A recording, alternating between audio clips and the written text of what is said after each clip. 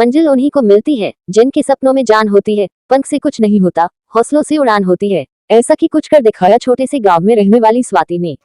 स्वाति खीरी जिले के नीमगांव इलाके के कोटरा गांव के रहने वाले डॉक्टर अशोक कुमार पांडेय की बेटी हैं।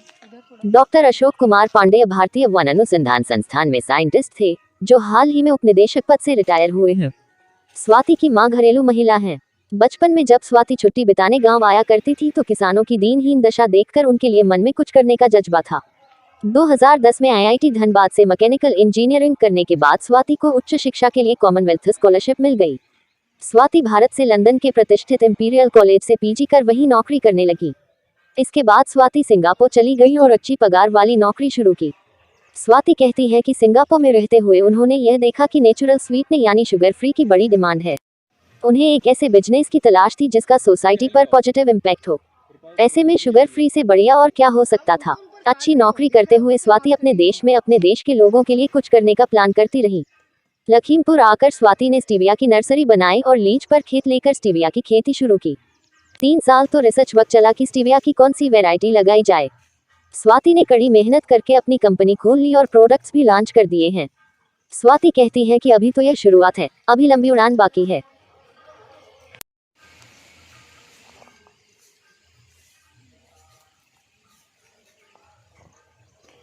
बैठी रहने दो।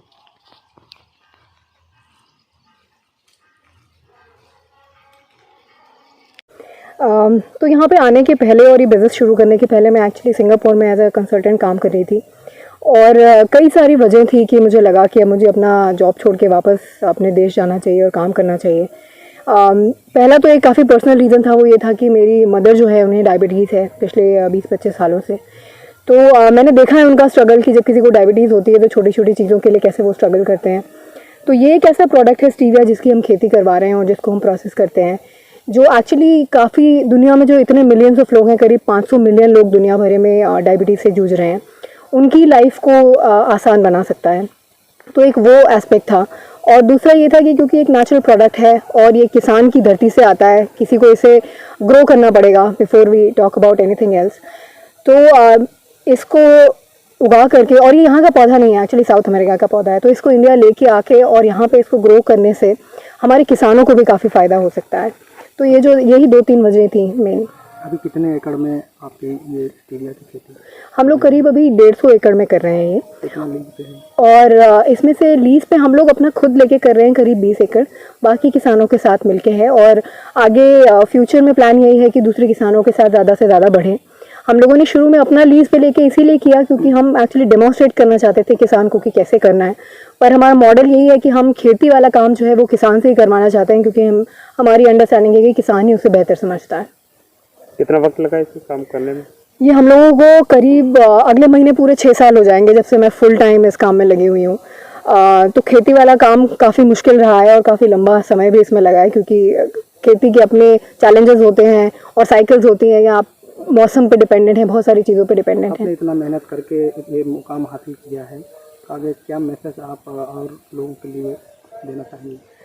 मैं यही बोलना चाहूँगी कि अगर आप किसी भी विषय के बारे में बहुत ज़्यादा पैशनेट हैं, इर्रिस्पेक्टिव ऑफ कि आप किस बैकग्राउंड से आते हैं, आपने क्या पढ़ाई की, आपका क्या एक्सपर्टीज़ है। जैसे कि मेरा एग्रीकल्चर में कोई बैकग्राउंड नहीं है, मैं इंजीनियर हूँ।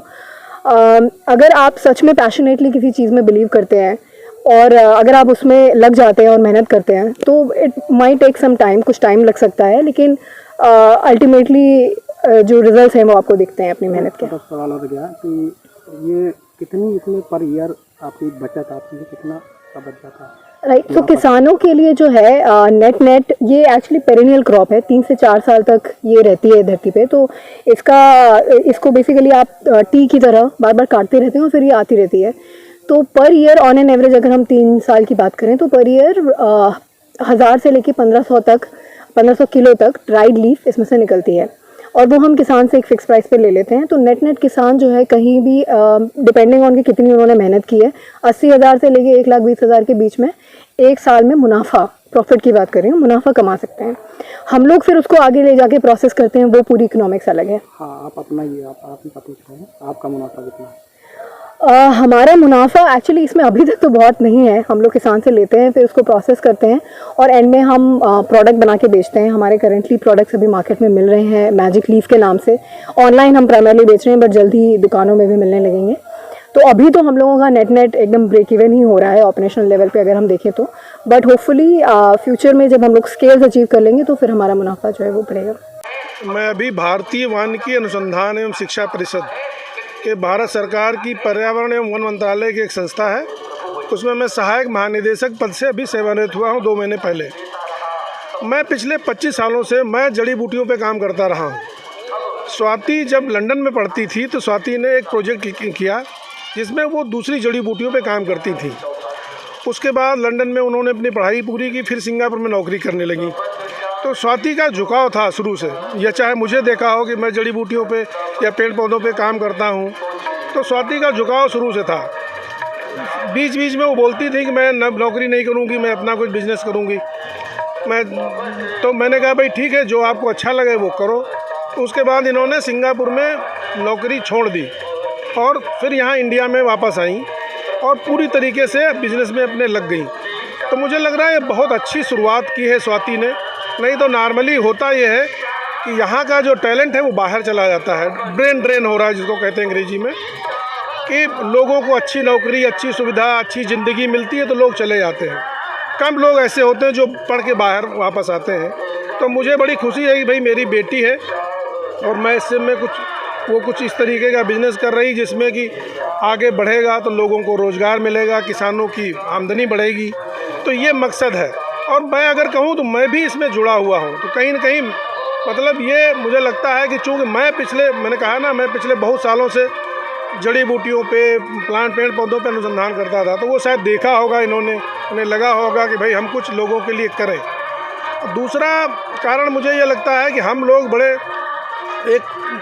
हम अगर कहें पुराना हमारा जो था वो खेती ही हमारी बैकग्राउंड थी।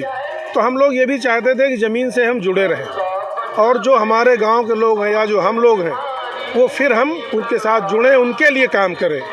वाकई समाज ने तो हमें बहुत दिया है भाई। हमने इतने साल सेवानिवृत्त हुए, मैं सहायक महानिदेशक के पद से रिटायर हुआ, तो समाज ने बहुत दिया। अब वक्त है कुछ वापस देने का। तो मकसद यही है कि हम लोग इसी से जुड़े हुए हैं कि किस तरीके से इसको और आगे बढ़ाया जाए, स्केल अप किया जाए, बड़े पैमाने पे किया जाए। अभी स्वाति ने कंपनी बनाई है, मुझे लग रहा काफ़ी बड़ी कंपनी हो गई है। 50-60 लोग काम करते हैं अभी इनके साथ, एक बड़ा ग्रुप है।